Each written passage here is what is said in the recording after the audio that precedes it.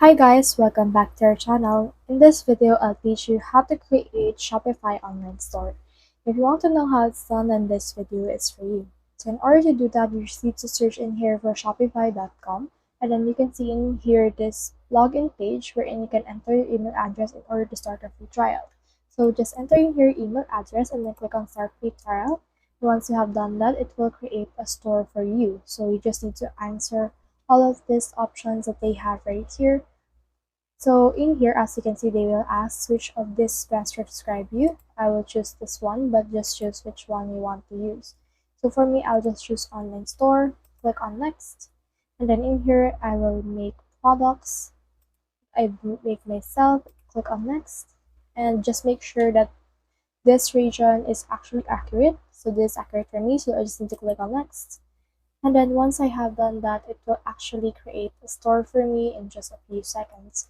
But as you can see in here, it will load and redirect us to this page wherein we can just create a Shopify account.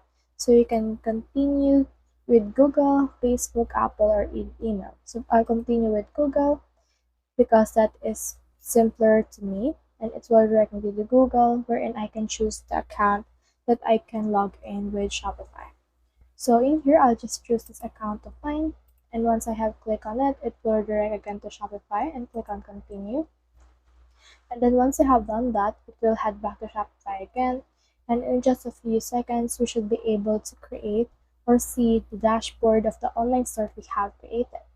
So as you can see, it will show us this right here while they are building our store. So you can just wait for that right here to finish the loading process.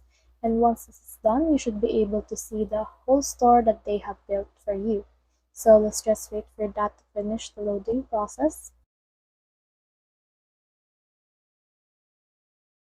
And now you can see that the Shopify store has been created. And then here you just need to make sure to make all of these setup guides right here in order to properly integrate your store before you publish it.